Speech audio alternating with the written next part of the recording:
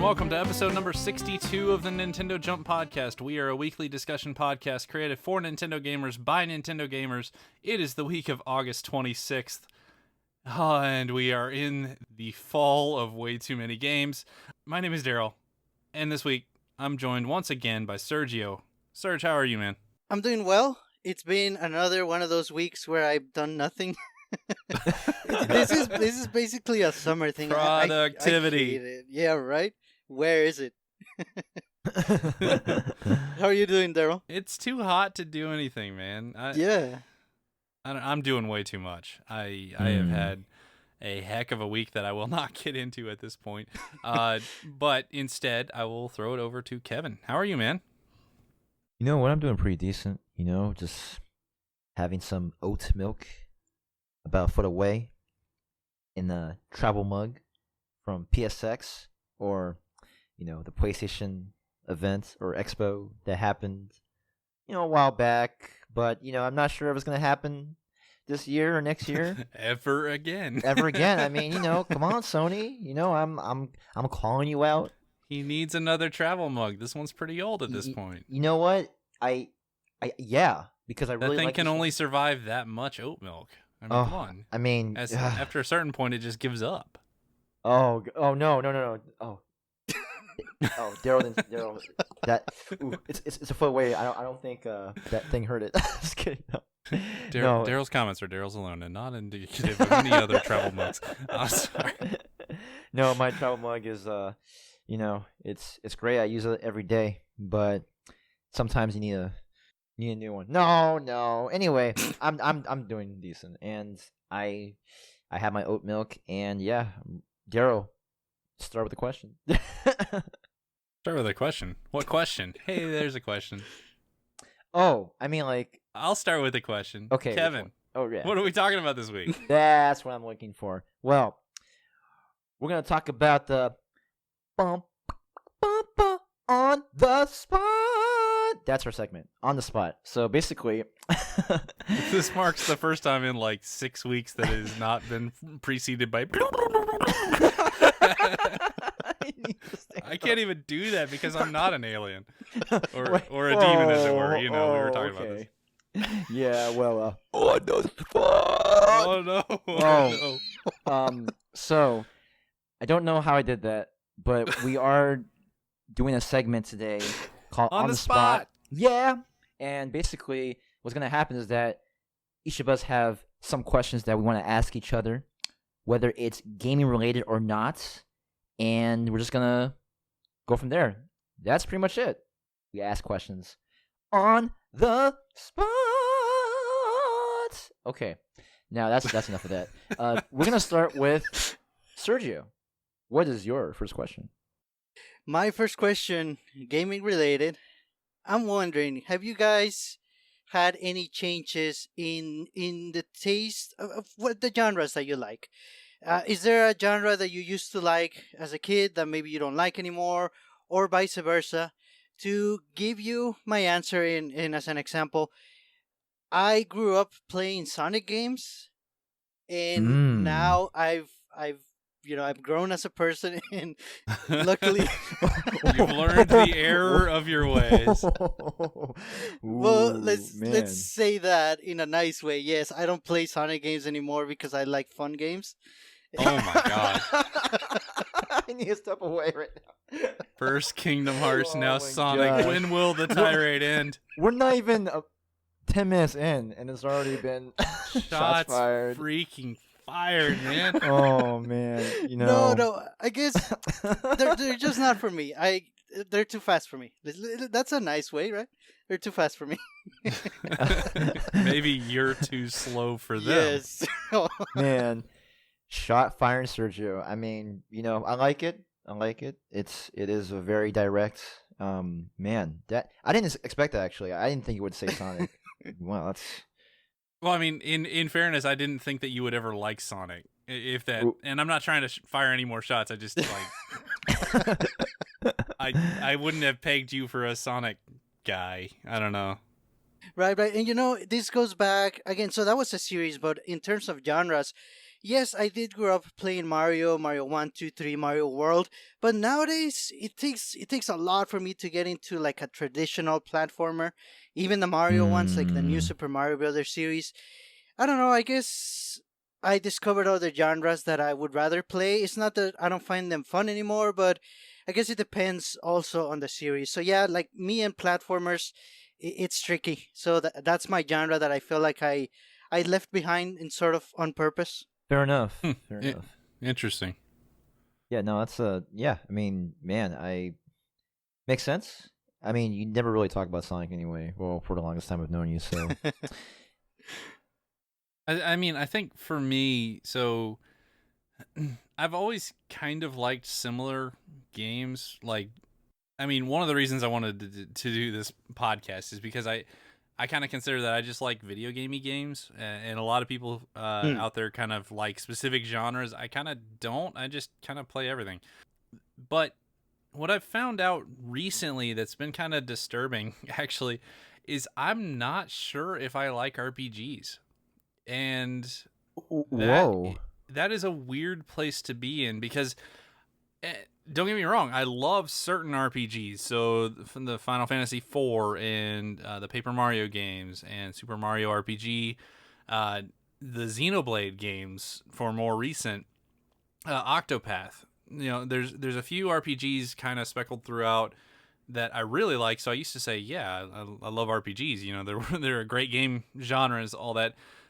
But lately, I have had so much trouble getting into them, just overall, and it's weird because it hits me in kind of these odd waves. Like Final Fantasy IX was kind of a dud for me. I struggle to say because I know I really liked where it was going, but I just kind of didn't want to play it. Final Fantasy X kind of got the same way for me. Final Fantasy 12 is awesome, and I love Final Fantasy 12. I don't know why.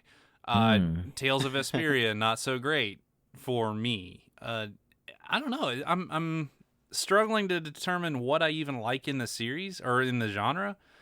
And I'm struggling to determine if I even like the genre overall. And I'm in a state of kind of a little bit of confusion when it comes to that particular genre, and that's definitely been a change as I've gotten older. One little sidebar: as I have gotten older, I have grown to appreciate Sonic games even more. So, say what you will. I don't know. I like Sonic games. I always liked Sonic Adventure 2, but I've kind of gone back to the old 2D games, and I actually really like them now. So, things change, I guess. Wow, yeah, that's a pretty hefty answer. Man, RPG, Sonic games, man. Well, I'll tell you, mine's a split decision answer. I mean, F-Zero. Just say it. You're thinking it. A little bit, but that's not the one. That's not the one. It's a two-part, split decision. Fighting / superhero games. Okay. So, I used to love playing, Marvel vs. Capcom, Street Fighter, all of that, and Tekken. Just the nature of the action, the fighting, just the, one-on-one, you're done kind of game. Especially Marvel vs. Capcom, I had 1 and 2 on Dreamcast back in the day, and, I gotta admit, I used to watch a lot of superhero stuff too. Back then, especially one of my favorite cartoons, the Justice League was a really, man, I loved that show. But when I grew up, I just, I have to say, not just movies, but I just don't like superhero games anymore. When Ultimate Alliance 3 came out, I was just like, cool. But that's it. Like, I just wasn't really into it. But I know a lot of people were into it. Daryl, I know you were into it, which is great. Oh, I love it. Yeah, I cannot get into superhero things in general, and I think maybe that's just because I think in one sense I feel like a lot of the superhero movies, a lot of it is very predictable in what could happen. Yeah. Now that's a very bad assumption because, a lot of times, the good guy or the good girl is going to win the end and find a way out, and and then there's going to be all this things in between, beginning to end, and blah. They come out at the very end and win the whole thing or whatever. But I just cannot get into superhero things anymore, man. I mean, now I gotta that's say, a movie I would watch. oh yeah. Well, now I do. Now there are exceptions though. There is one. I do like Wonder Woman. I think that was a very well constructed, even though it had the similar type of construction that I was talking about. But other than that, I'm just not really into superhero movies or games in general, and fighting games. I don't have the same craving for fighting games anymore. I was so big on Super Street Fighter 4 back in college. Had to, play with my housemates and stuff, and even though I was terrible at the game, but I still like playing it. I even had this this Mad Catz fighting stick with a custom Senwa Danshi buttons and joysticks that were meticulously incorporated into the machine, and that was the Vermilion one, right? Very good. It was Vermilion color. Sergio, I see you. You got some good memory. Very good. By the way, Vermilion is my second most favorite color in the entire universe of universes. So, Vermilion is great. If you never heard of it, well, guess what? Look it up. Google it. Wikipedia it. Do anything you can to look that up because it is. And if you're a patron and in our Discord, you can set your name color to Vermilion to serve as a reminder to Kevin that you are his favorite. So there you go. And there you go. And I found I've actually cooled on a little bit on every 1v1 player versus player type game. Period. So I still like them, but I kind of gotten to the point that no matter win or lose, somebody feels bad. And as the communication age is kind of shaped up and Nerf culture is around, that kind of just gets tiring after a while. So even Smash a little bit, although I'll still play that. But I do, at this point, I am preferring more of the team versus team type games for me personally. That's a good point, and I almost forgot to talk about that. Or forget to. Super Smash Brothers, I still appreciate the series, but I'm just not as into it as I was before. Even though I still have Smash Bros. Ultimate, I mean, and then it's hard, man. It's hard. I can't. I'm not obsessed with it as I was the first 2 weeks of the release. I mean, I don't know. Makes sense. I mean, there's only about 1,000 more games since then, so yeah. So I'm still playing it, I'm still enjoying it, but I definitely prefer to play other things most of the time. So yeah, and I mean, I think the team-based thing is awesome. Splatoon 2 did a really good job on that. With the team-based, the shooters, and I mean, man, I don't know when Splatoon 3 is coming out, but if it is. I mean, sign me up. So we're probably going to be waiting a while. I'm assuming Animal Crossing will have a huge support lineup afterwards. Anyways, let's jump to our next question. Kevin, you want to go? Yeah, I want to go. So my question for y'all is, what is something that you incorporate in your life as a fail-safe routine? What I mean by that is, no matter how your day went, whether it was good or, crappy, is there a routine that you always have that makes you feel okay, at least I'm making some sort of progress so that I don't feel like my day was wasted? So, I'm going to start with you, Sergio. Do you have a routine that follows that criteria? No matter how good or bad your day was, whether from work, personal life, but you have a routine that just fits you in your day-to-day. This is a much harder question. Yeah, and maybe that was I could have asked something. No, else, it's okay. It's okay. It's okay. Yeah. I just. Yeah. No, it's a good question, and honestly, okay, so yeah, there is something, and I'm still working on it. It still kind of bothers me that I have to keep reminding myself, but we're making progress, baby steps, as they say, and the the answer would be, thinking of what did I do today for others, what can I do Ooh. for other people, what did I do, what could I have done, or what could I have done better to help others more, and that's always like a driving factor. And like I said, sometimes I do forget, and I have to keep reminding myself. But I think it's a good thing. It's a good motivation, and to keep progressing on my own and improving on that aspect. And okay, so another day now, what can I do, what have I done differently from before? So Hmm. that's sort of my approach, and yeah, I'm working on it, and I want to get even better at it.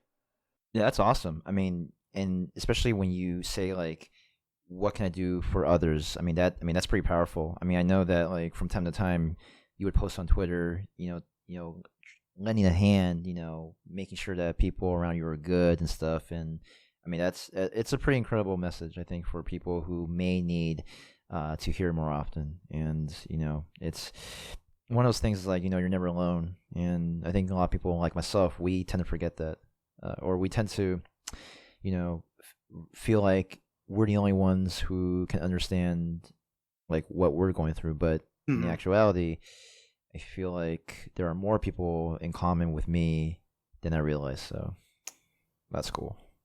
So Darrow, what do you think? Yeah, I mean that's admirable. Yeah. So mine is less of a routine and more of a mindset that I've developed lately and has really kind of come to as much of a head as I can this week actually. It's just a matter of with every situation that you're presented with in life, you can always take it as a negative moment, or you can almost always take it as a positive moment. Mhm. Uh, Hmm. and I think there is a lot of skill and wisdom in trying to take as many things as positive moments as possible. And understanding that I'm making that way too simple. Like, I understand there are some things that are just crappy and they're going to happen and it sucks. I get that. Right. But, you know, you lose a competition, or you get passed over for a promotion at work, or, you get stopped at a red light, or you get a speeding ticket, or you go to the supermarket, or and they don't have your favorite cookies or whatever. There's always a more positive light to spin that in the, not to get too touchy feely, but in the, maybe some things do happen for a reason from time to time, Mhm.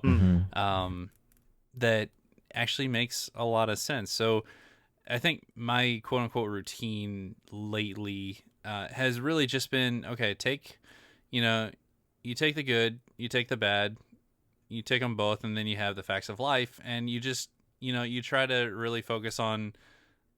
Wow, you guys didn't even laugh at that one. That's a show, right? The Facts of Yeah. Life. I was like, wait a second, that sounds I was familiar. expecting at least a Sergio. Anyways, yeah. So, uh, no, you take them all together. You understand that some crappy things just happen, but then for the things that are kind of marginal that you could take as a bad thing, just don't, and try to focus on the positive. And it's been kind of affecting me lately. So that's actually kind of nice. No, and that's great. I mean, I think that attributes to having a more overall positive attitude. I mean, I think it's really easy to stay negative and say like, oh, why is my life like this? How come this happened to me? Like, but in reality, there's always going to be bad things that happen to everyone and to a certain degree, and we just have to figure out how to look at it in the positive light and make the best out of the situation. So, which is pretty hard. Man, even I have a hard time with that. I think for me, it's like, well, for this year, mine is gonna be a bit different than both yours. I mean, you guys have great answers, and that was good. Mine was more about maintaining a routine of a healthier lifestyle. In terms of like my diet, my physical progress. I just make sure that regardless of what I'm doing every day, whether I accomplish something at work that I really want to do, or I help someone out, or whether I talk to somebody, or maybe that conversation turns to be really sour and I get upset somehow, or something, things just don't go my way. At least I have a fail-safe and like, oh, okay, well, at least I can spend about 30 minutes to work out, or have that smoothie, which I still do every day. Just have a smoothie, or just something that like I can just be on autopilot and really hone in my own and be like, okay, maybe today wasn't that great and things didn't happen the way I wanted it to, but at least I can, work it off at the gym, or have something, or just maintain a a diet that won't make me feel like crap the rest of the day. Yeah, I think that's been me for this whole year. Just having healthier lifestyle habits, because I know that if I don't, I'm gonna feel like crap, or the other word I want to say but I can't say because we surgery would bleep it out. But it's just an ongoing thing, and the process has been great, and I think even if it's something like physical progress, that helps my mental health, and Yeah. and obviously mental health is such a big topic nowadays. Everyone talking about just being able to share your problems in one way or another, even if it's really uncomfortable. But I think at some point, like, there's got to be some sort of outlet. It's hard to keep everything in. Personally, for me, I don't really view myself as a really positive person, even though people might think I am. I go through a lot of things the day to day, but I try to be positive more often than not, and I think with having this routine of a healthy lifestyle, it's definitely given me more of a satisfaction than I realized. So that's my answer. Nice. Yeah. Very, very nice. Okay, so okay, cool. With that, I don't know. There's not really a great segue, but I think it's also admirable. So great question. With that, I think I'm gonna jump into my question, which is kind of a two-parter.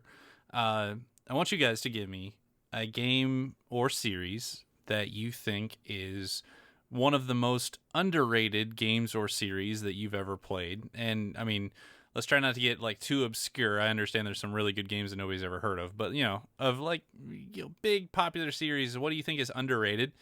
And what game or series do you think is one of the most overrated that you've played? Ooh. Okay. Sergio, you want to start this one? I can start with the underrated, and I'm going with the Phoenix Wright series. Yes. Okay. Mm-hmm. And honestly, I don't know how much of a reason it is because of the amount of reading that is involved. I feel like nowadays with social media and everything, we read a lot more than we probably used to, and I think that's a good thing. So if there's a lot of reading in a game, and it's not your typical game with a lot of action, but it's also not like the old school adventure games where it was just point and click, as literal as it was. But nowadays, with a series like Phoenix Wright that has a lot of story going on, it has cutscenes and it has audio cues and even voiceover in cutscenes. So it is really, really nice to have a very good story, very likable characters, very interesting scenarios that keep you guessing until the end. So even if you're slightly interested, but you're not too sure if it's not so much of a gamey game like we said, or there's so much reading, it's very different for sure. But I feel like if you give it a chance, at least if you can play a case and then see if you want to stick with it. But I definitely recommend it. All of the games are great. Whichever one you start with, they're all really good. Cool. Yeah, I echo the same sentiments. Phoenix Wright is just, on paper it may seem very monotonous, and it's like, well, there's not a lot of action, Kevin. Right. Or Sergio. I mean, you got to know what you're getting into, though. You're right. Like, just watch a trailer, man. There's not that much action. There really isn't. But it definitely stimulates the the mind and putting you in the shoes of a lawyer. And I think just just all the dramatic, the poses and the dialogue, it really gets you in. And I think with that sort of dialogue, it just there's something that just ticks, and it's like, okay, like I want to know more and more and more, and then like just be able to, even if you don't initially want to be like the detective sort of person, like you get to do some detective stuff, and it's nice. And I mean, it's a well constructed series, and I really need to get back into playing Spirit of Justice. Oh gosh, so on the 3DS or excuse me, the 2DS for me. But it feels so long ago. Oh man. All right, so Sergio, most overrated game or series. Ooh. Oh, get back to me. I'm still thinking on that one. All right. We can start with Okay. underrated. Kevin, what's your most underrated series or one of them? My underrated series, I gotta say, I really like Professor Layton. I feel like it doesn't get talked about enough. I'm a big fan of puzzles. I'm a big fan of adventures. I'm a big fan of puzzle adventure games. When it first came out on the Nintendo DS, I was very intrigued. This is like this guy in this British accent. I'm not going to imitate it. And just, having his apprentice and just these games, this story where you're on an adventure, you're solving puzzles leading to the very end. I mean, like it's just really nice and they're really interesting puzzles too. Like, whether it's like a maze where you have to move your way, maze, or like just some sort of like, common, like maybe some sort of thing that you learned when you were a kid, and that puzzle just was reimagined in a game form, or a brain teaser. Okay, brain teasers. That's what I'm looking for. I think it's. And a lot of them, they're loosely tied to the plot of the game, the story, and so I feel like, it's I feel like with Phoenix, it's like with Phoenix, right? I mean, they're on paper, maybe it's not the most exciting like type of game, but like when you get into it, it stimulates your mind. I think there's a theme here. The games that stimulate your mind, I think, are underrated, and Professor Layton definitely, to me, fits the bill. So I wish more people talked about it.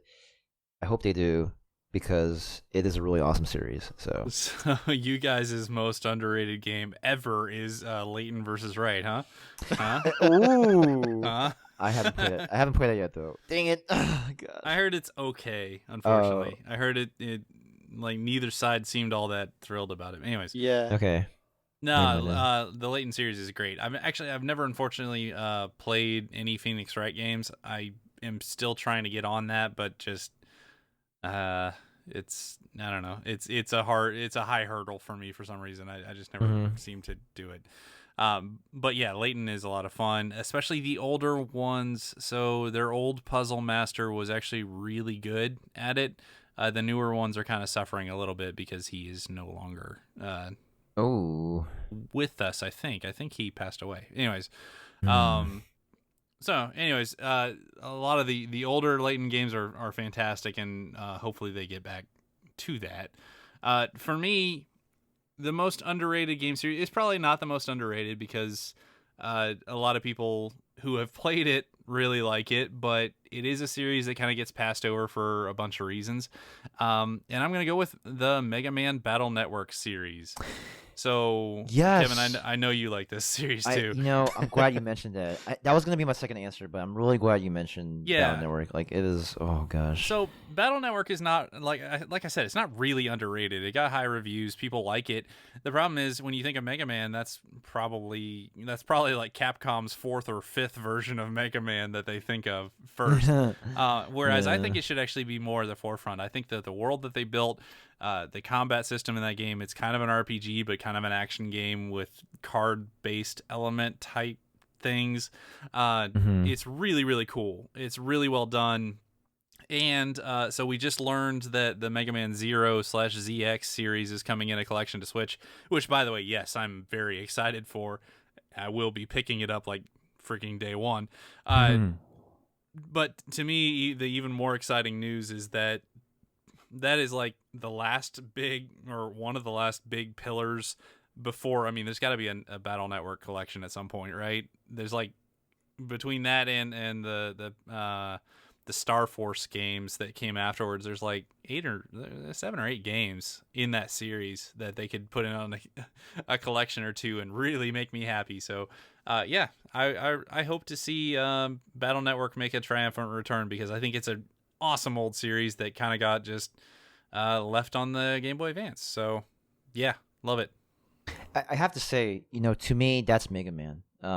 Now, I did play some of the older Mega Man games, but I don't know, just it never really clicked with me. I mean, I can see why it's really appealing, but when I think of Mega Man, Battle Network is the way to go, man. I mean, gosh, it's the only like card building game that I've ever played. Yes, that I've really, really liked. Like, I've played others that have been okay, they're fine. No, but this one, man, you get some good chips, and you're like, yes, this one. Oh gosh! And it pops up, and you're like, yes, this one. This is exactly what I wanted. It's like it's like a handful of strategy and a lot of action, and just a good game. It's just good. You hear that, Capcom? Bring this back, please. Yeah, MegaMan.exe, baby. I'll tell you right now, I would rather have this than F-Zero. I'm sorry, I know, for all the F-Zero fans. Yes. I'm telling you right now, I would rather have Mega Man Battle Network over F-Zero. I said it. I'm not going to take it back. Wow. That went places. I did not expect it to. That's right. All right. It's Quote time. me on that. Okay. You can't delay this any farther. Sergio, what is your most overrated game or series? Okay, well, this is on a very personal level. It's tough to say even for me, but I'm gonna Animal go. Crossing. No. It's coming. Oh man, the truth will be revealed. Okay, go. I'm sorry. No, it's actually The Legend of Zelda. Oh wow! Wow. Yes, that is. And you know what? Yeah, I mean, going back again to the story of Skyward Sword, it basically Daryl has left the chat. It basically taught me that even Zelda can fail. That's an exaggeration in a way, but that's like a very simplified way of the way I feel about Skyward Sword. It really sort of dented the series for me, and I don't know, I guess I kind of had it like on a pedestal in a way. I loved Zelda for sure, but then Skyward Sword was a letdown. I didn't play some of the Zelda games after that, including arguably one of the best, Breath of the Wild, and it hasn't been the same since. I know most people that play them love them. I know they're still really good games, and I'm still interested in whatever they do in the future, but on a personal level, I guess I'm not that interested anymore. I'm not in. Sometimes, like I said, I don't even play the game, so I kind of lost faith on it a little bit. Oof, that hurts. That's like I said, Daryl has left the chat on this one. I don't know what to say about that one. Think you know a guy. So I do want to say one thing. And one thing that I noted. How far did you get in Breath of the Wild? I beat one of the beasts. Okay. Just one. So the one thing I will say, Breath of the Wild justified Skyward Sword to me. And I liked, don't get me wrong, I liked Skyward Sword. Didn't love it. It's a solid like 7.5 out of 10 or so. Somewhere in that realm. It wasn't up to Zelda standards, so I'm not going to defend it too hard. I did like it. I liked the story and the characters, but the gameplay was kind of awful at times. But Breath of the Wild, in a certain number of areas, kind of remixed the Skyward Sword story in a very, very cool way. So that you're doing these familiar story beats, but the same things are not happening. And it, I felt that Breath of the Wild was a better game because I had played Skyward Sword. So it kind of made me retro appreciate that game a little bit more. Mm-hmm. Did you beat Skyward Sword? Yes. Okay. You really need to play Breath of the Wild, man. And I don't want to jump on the hey, Zelda's pretty good. Yeah, but that game I think will help your feeling about the whole series in a way. I don't think it'll fix it per se because it's a different game. Like this is not a traditional like Zelda.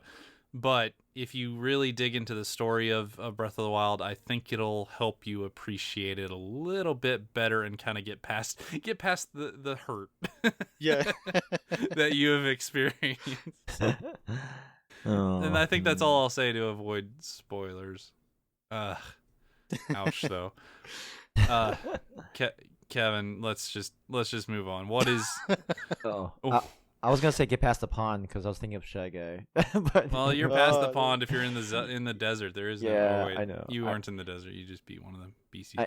Anyways, I thought it was pretty funny when he said that one episode. But yeah, man, it's tough. I have. It's not a split decision. It is a clear-cut winner. What is your most shots fired game? Here we go. Oh, I'm man. ready. I'm ready. Pokemon. I'm sorry. Yeah, you know what? Pokemon. Wait, I know. really?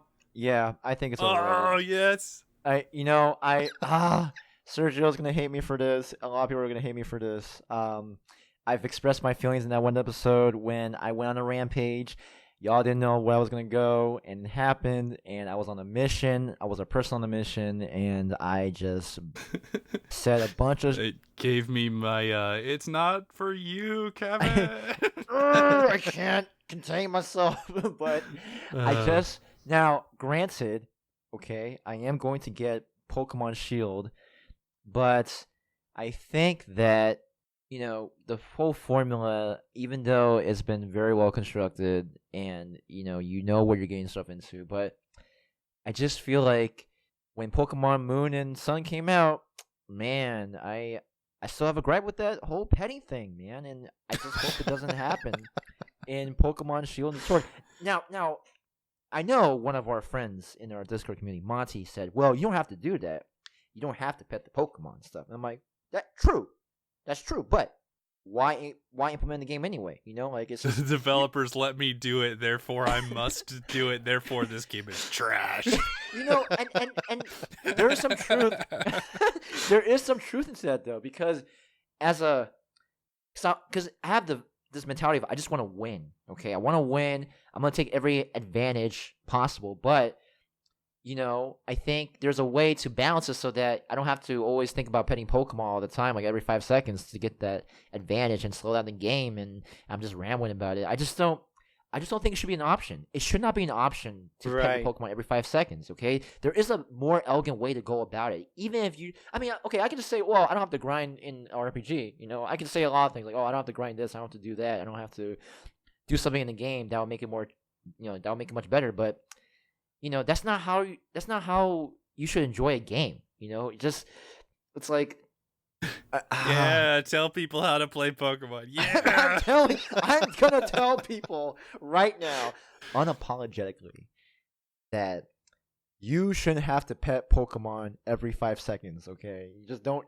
Okay, maybe I'll just do it once a month. I don't know. Like I just go with the Fire Emblem option. Yeah, once a month. Once a month, Go talk to all your students, and so I have a confession. Yeah. It's not my pick of game here, but I also think that Pokemon has been overrated. Ooh. To the point that this is why I haven't played a game since Sapphire. This is why I'm, cautiously optimistic about Sword, but it's not in my favorite Nintendo series. You don't hear me talking about Pokemon all that often, because I don't get it. Like, I get the games. I understand why they're decent games. And I understand, the allure of a simple RPG with deep mechanics and a lot of things you can collect and then use in battle and such. I get it. I understand the concept. What I don't get is how we collectively allow a developer to basically release the same game over and over and over and over. And yeah. I mean, I could go really deep on that, and I could compare it to other even Nintendo genres and such. But this one's a little more egregious, and it's always kind of boggled my mind a little bit. So you get that, and you add the fact that Game Freak traditionally has some bugs and such that is not really all that clean, not really all that well thought out in their games. Their games typically take up a lot of space, and I mean, there's stories of Mr. Iwata moving in to kind of fix their buggy games, right? I'm not treading new ground here. It's just a thing, right? So I don't know. For the level of popularity that the Pokemon series has, I don't get it. I really don't. I'm looking forward to Sword and Shield, and I'm not trying to take a crap on the series because I think it's a decent series. I just don't get why it's such a big thing is kind of what I'm saying.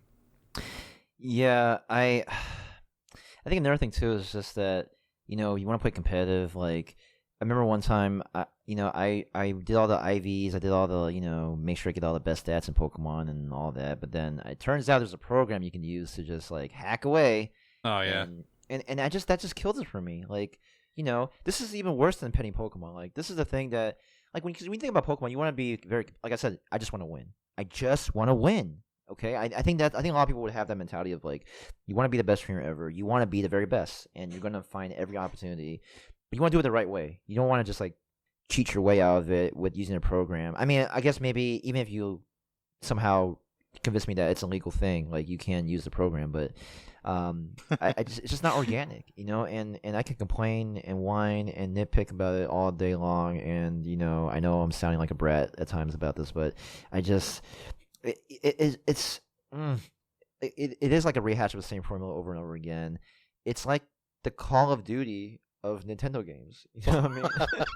You know what I mean? And I know people are gonna get mad about it when I say that, but now, granted, I'm going to give Pokemon Sword and Shield a chance, and I'm going to temper my expectations and enjoy the game for what it is. I'm not going to be competitive. I'm not going to, nitpick or, make improper complaints about penny Pokemon anymore. I'm just saying what I'm going to keep 100, okay? Like, this is what I feel about it. But when it comes to Pokemon Sword and Shield, I will be more temperate. I will not. Let's just say we're very interested in Sword and Shield. And what I've seen so far looks good.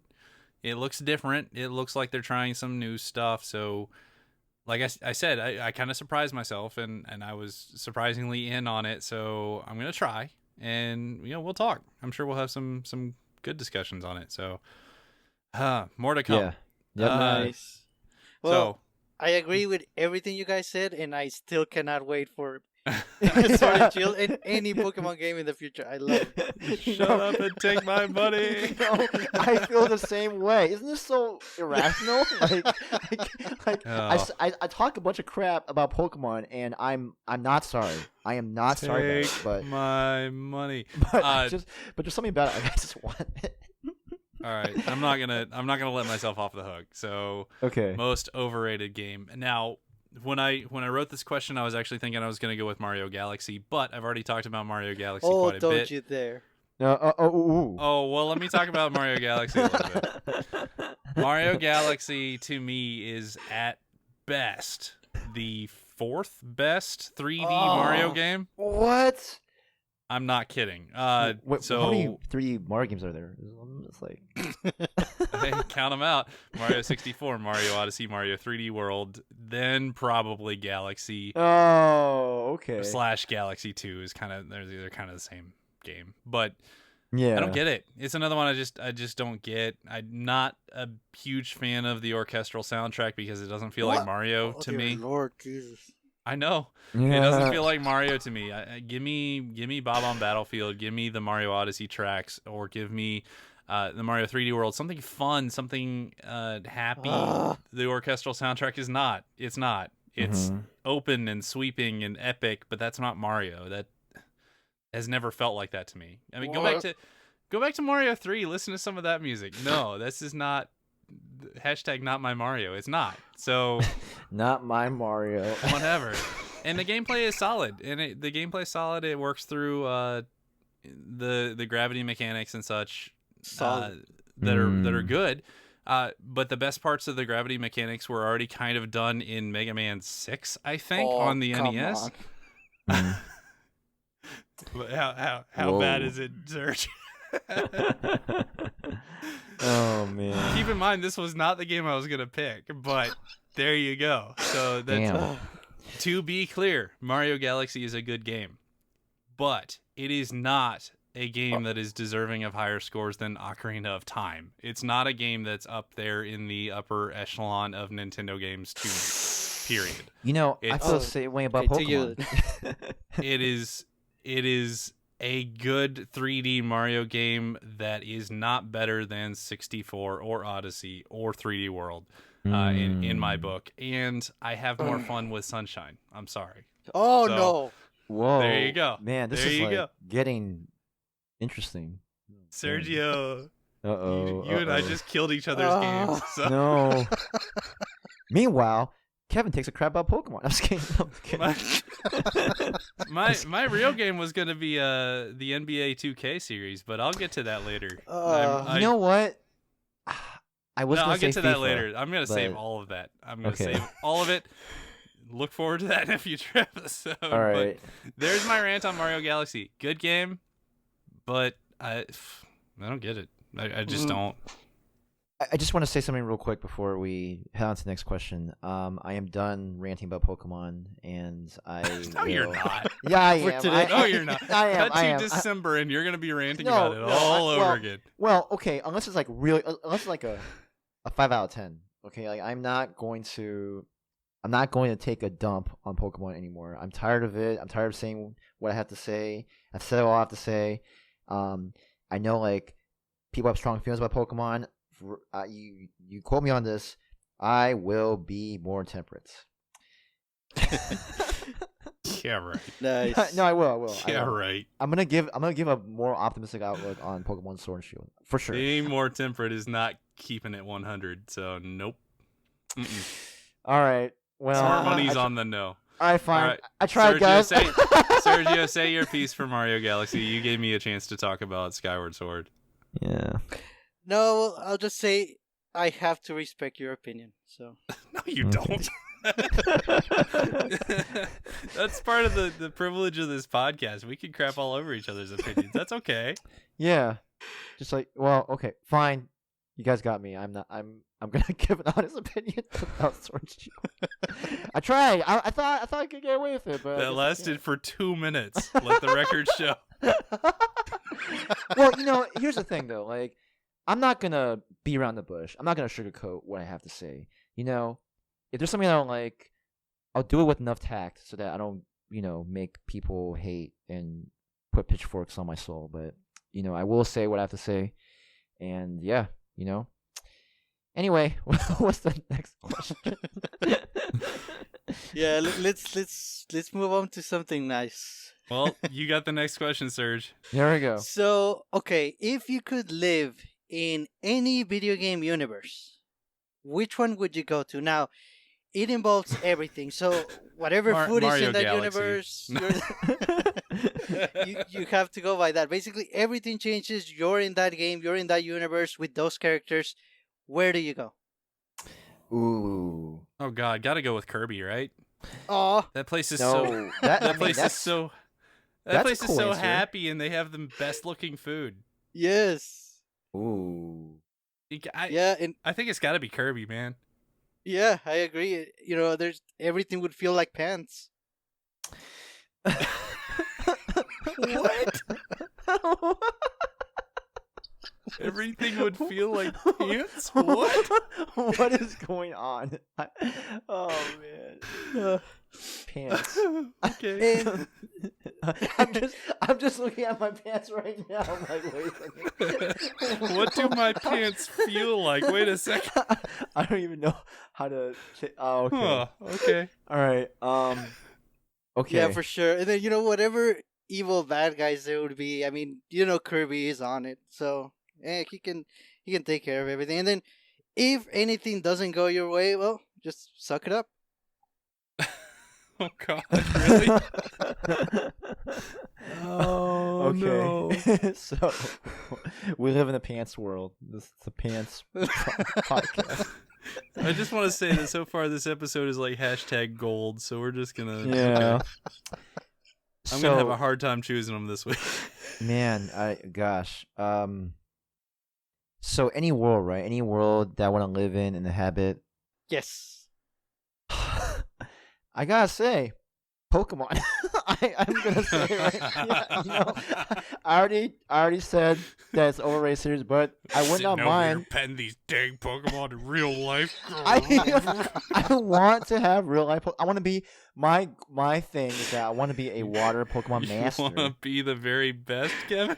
That never was, not ever. That never was, because you want to set the precedence, okay, with your Pokemon, and just I want to be like Ash in a way, sort of. 10 years old forever. Okay, well, not that part, but and never winning anything at all. All right, so let me take that back. I want to be more like in friendship. Okay, maybe I want to be more like Wallace from.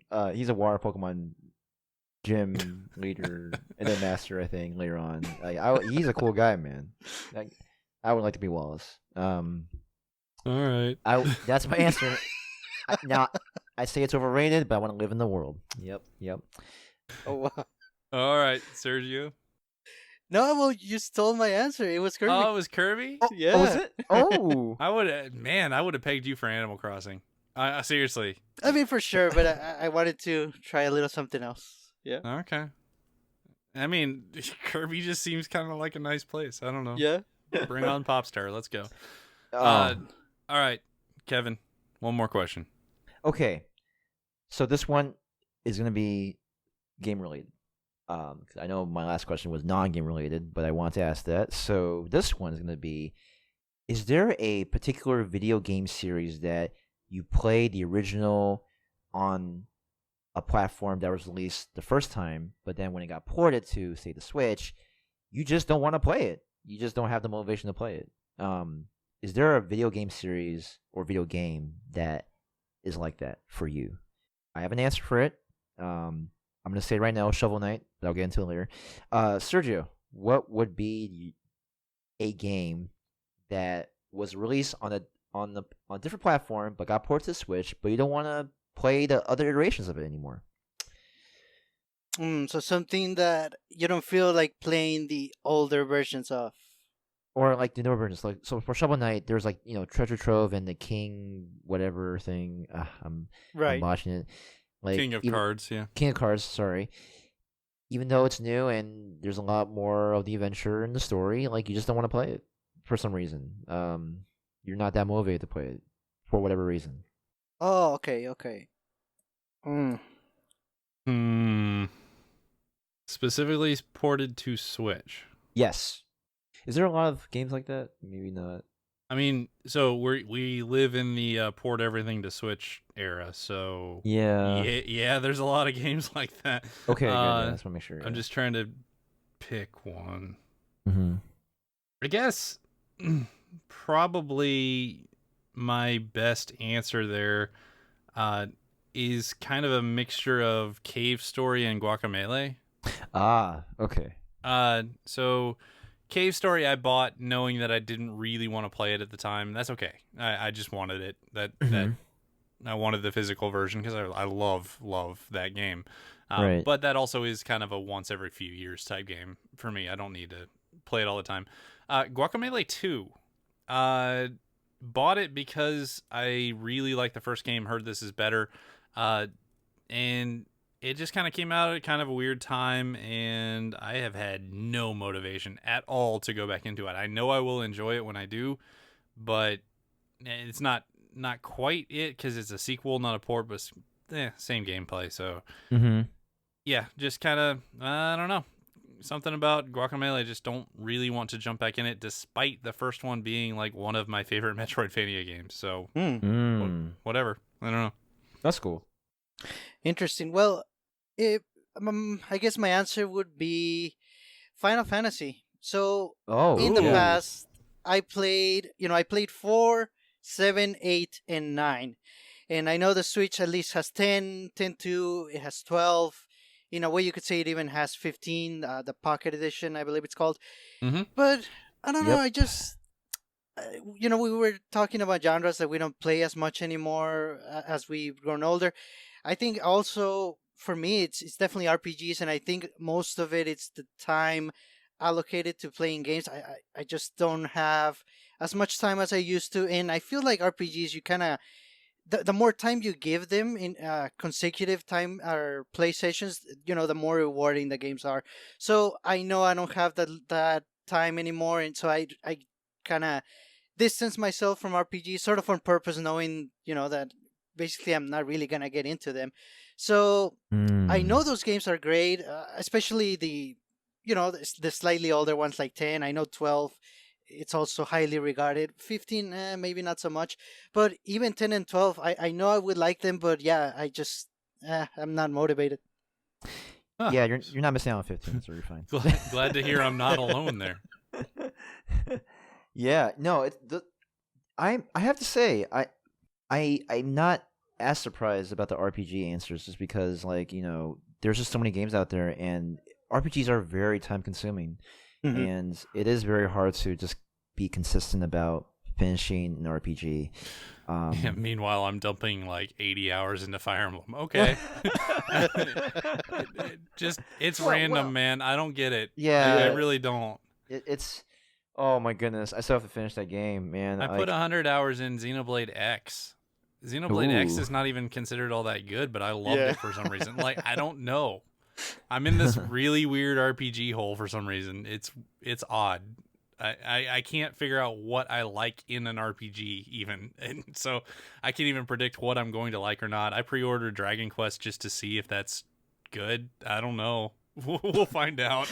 Yeah, I have the demo and I haven't played it yet, but I remember playing Dragon Quest 6 and I don't know. It was fun for a while and then I just stopped playing. I'm like, oh gosh, but I don't know, man. But yeah, Shovel Knight, that's my answer. I mean, I beat the first one up on the PC back in 2014. And like it was fun, but then when I heard that it got ported to the Switch, which it should be, and I'm glad it did, I just don't have the motivation to play the other Shovel Knight games. It's just I'm like cool, but I just don't really. But I just don't have the motivation to play because there's other games that I want to play, and I mean, like it's just don't have the motivation. And I know there are a lot of people out there, like I know Napping Rat, he loves the Shovel Knight series. Kudos to him. It is a very well constructed series. I just cannot get into it, and man, oh gosh. Anyway, so I actually really like Shovel Knight.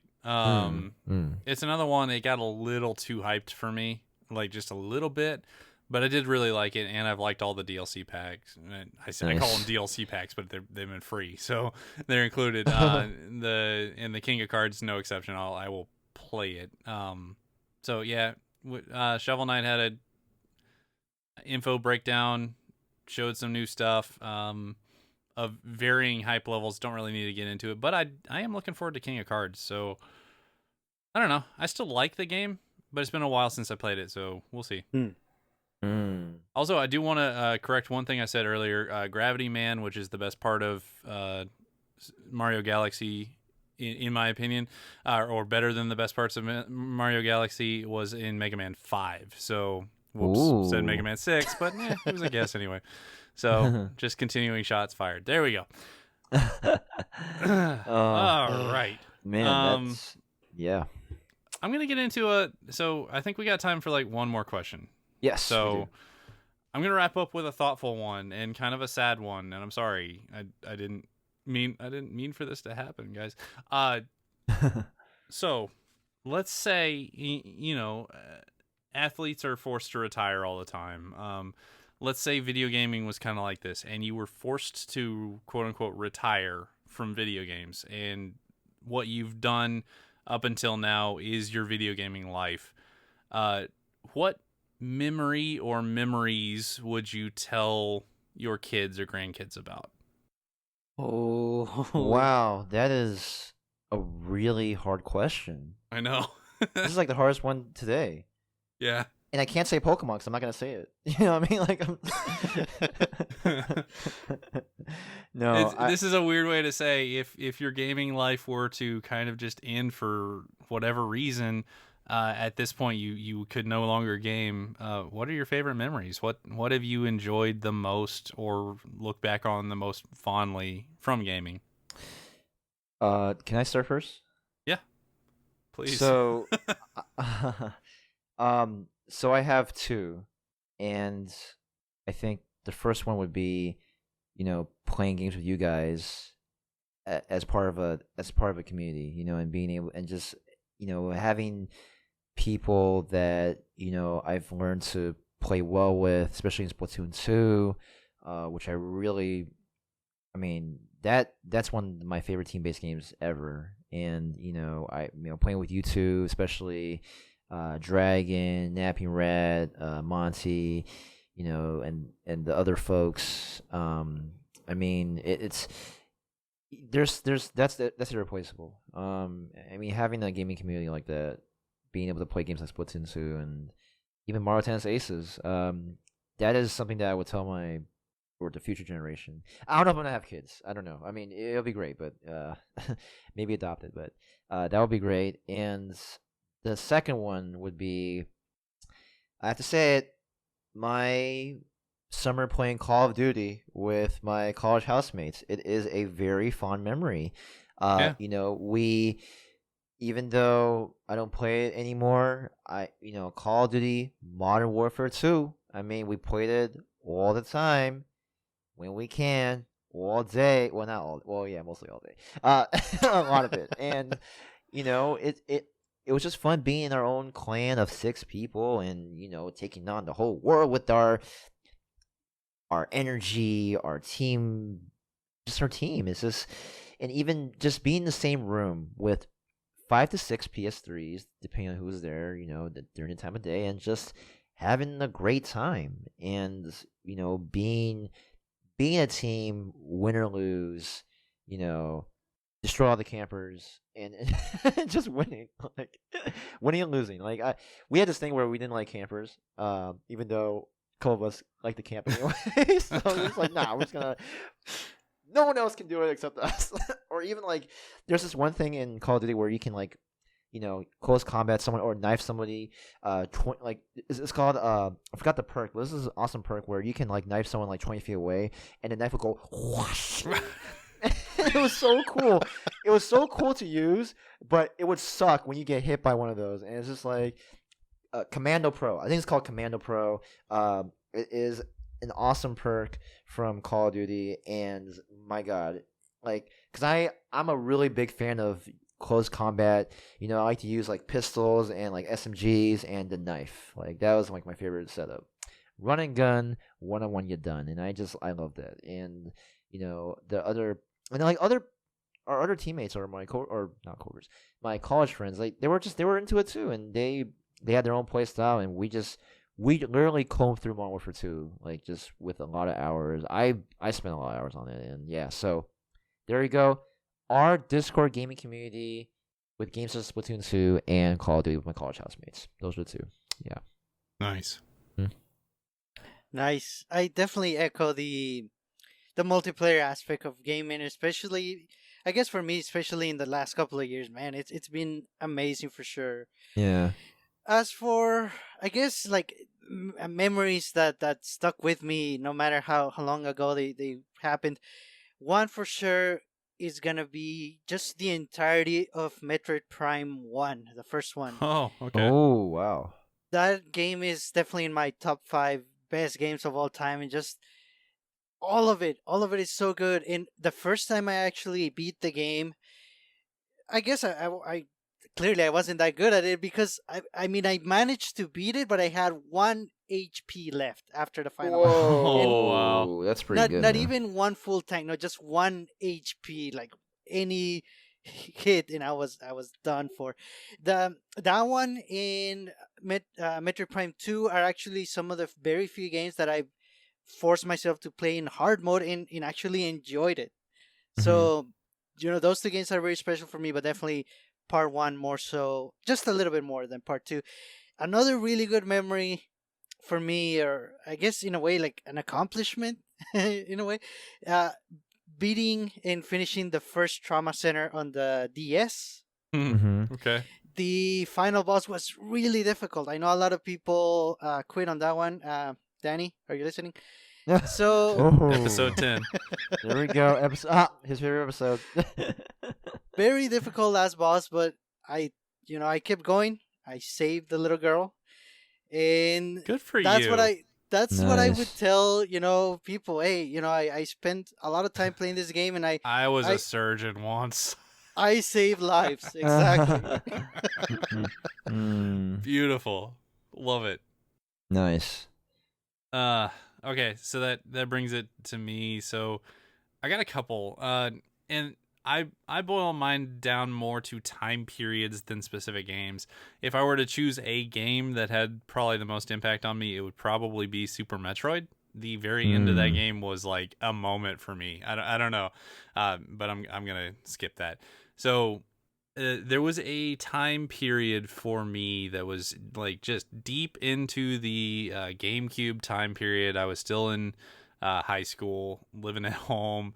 Had a really good friend, still have a really good friend named Andrew, who I played a ton of co-op games with. That he's the original one I beat Crystal Chronicles with, Zelda Four Swords, so the crazy ones. We also played a lot of Smash Melee and so on and so forth. We'd known each other for a long time.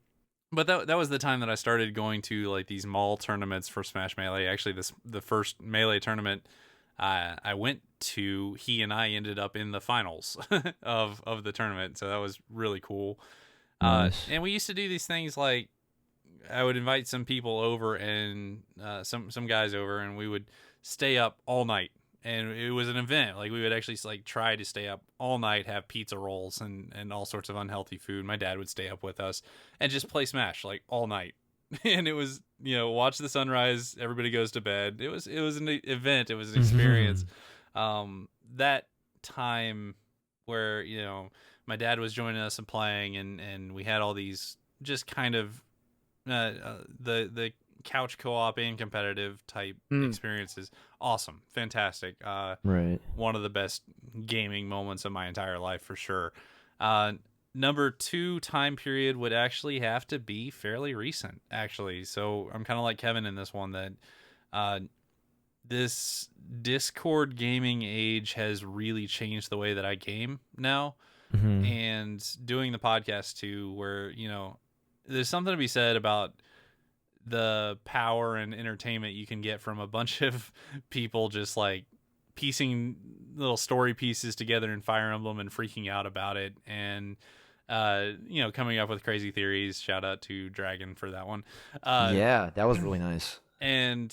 Or when Celeste came out and we're all freaking out about that, and Octopath, and we're all playing Splatoon and Rocket League like every 2-3 nights. It's fun. It's just fun, and it's really kind of reignited a lot of the fun that I had in gaming.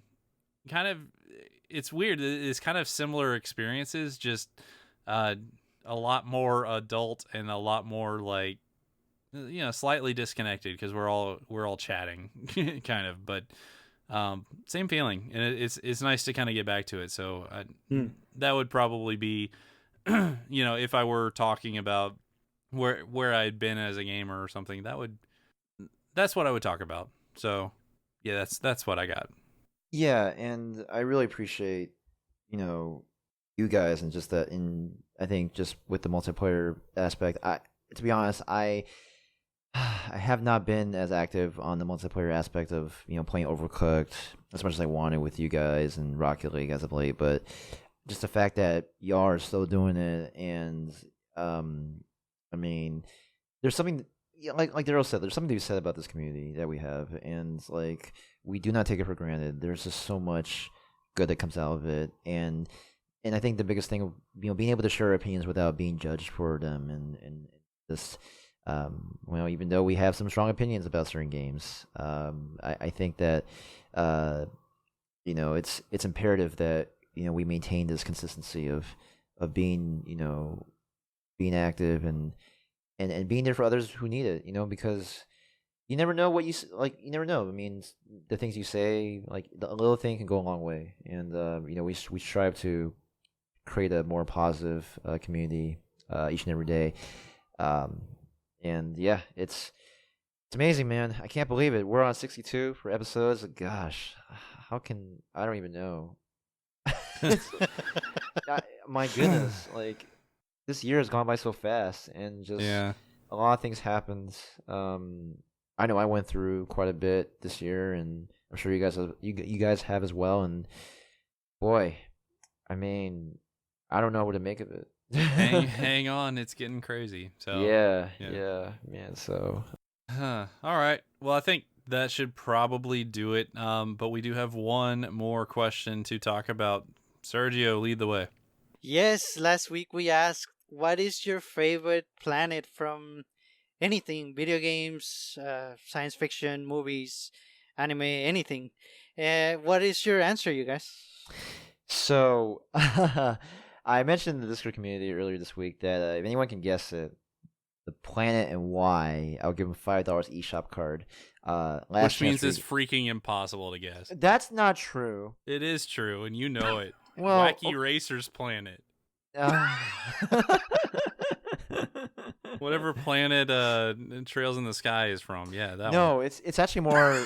Okay, first of all, it's actually a doable answer. I don't believe you. Okay, so my answer is Jupiter, because there's a show called All That on Nickelodeon, and there's this one character acted by Kel Mitchell, who was like one of my favorite actors, just when I was a kid. And he goes by Lump Maroon, and in certain sketches and All That, when he says Jupiter, he goes, Jupiter! He does this in such a very very comedic way. And I think there was this one gaming show sketch. I can see why it's your favorite then. Yeah, he's like, Jupiter! And he just says it with such high pitched enthusiasm, unequivocally. You can't even match that. I did not even do a good impression of that, but man, I mean, we're talking about the guy who talks about good burger, man. Okay, Kel Mitchell, my man. Okay, if you're hearing this, Kel, you're so awesome. We know you are. Yeah. So Jupiter is my favorite planet because of the way Kel says Jupiter. I will not say it again the way I said before. No. Nice. So see, it's doable. It's doable. That was not doable, man. Wait, hold on. That's not, dude. You give the safest eShop credit rewards ever. You're like, hey, I'll give you $500 if you'll tell me what number I'm thinking of right now. Wait, no, it is not the same thing. Okay, come on. It's pretty close, man. No. It's getting up there. Oh my god. I would think someone would have guessed it. No, absolutely not. You guys didn't watch All That? Oh man. Okay. Even if they did, yo, what planet was Mork from Mork and Mindy from? That planet, yeah. I don't know. I didn't watch that show. I just know that Robin Williams was in it. But hey, I don't. Anyways, okay. Okay. So, when you asked this question, I said easy. And I reacted. I reacted real strongly to it. I'm gonna stick to my original answer. Corneria, absolutely Corneria. I love it. Ooh, that's a good one. Yeah, I love it. I love in every Star Fox game, it's like the first stage. It's always fantastic. Yes. It's a very, very nice battle arena in Star Fox Assault for multiplayer, which I also used to play with Andrew. So hey, callbacks. Shout out to Andrew. Yeah, so Corneria easily is my favorite video game planet, and potentially just planet overall. If I'm not counting Earth, because we kind of live here and there's air and water and stuff. But yeah, that might be important. Yeah. yeah. That's the boring answer, but it's true. You all know it's true. Yeah, no, that's a good answer. Nice. Well, my answer is Planet Namek from Dragon Ball Z. Ooh, that's a good one too. Interesting. Dang. Yeah, I just feel bad, that it got destroyed. I mean, there's new Namek for sure, but I don't know. I feel like they know, and it doesn't feel the same. I know it's not, there's really no technology there, but it would be nice to live there. The sky is green, the water's green, the grass is blue. Sounds pretty different. Green is a great color, and I might even call it vermilion.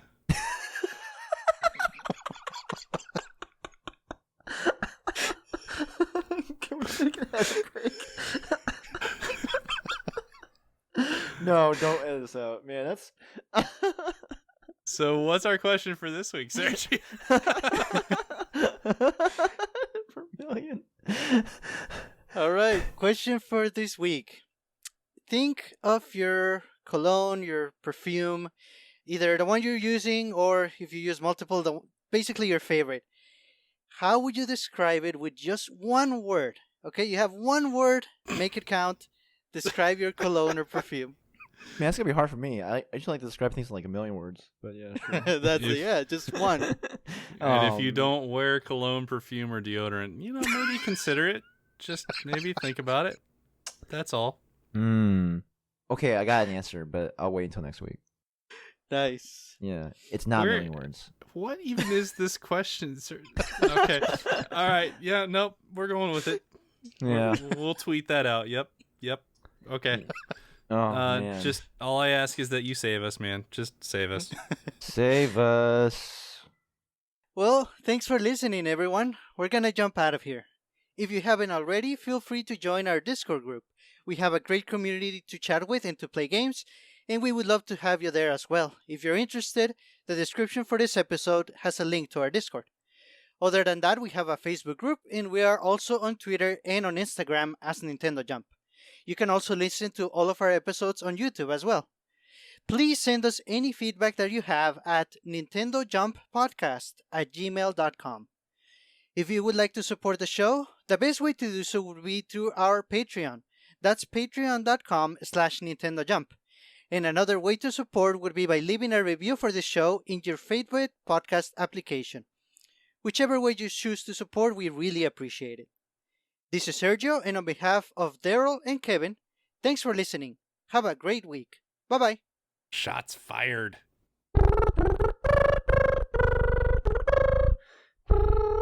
What?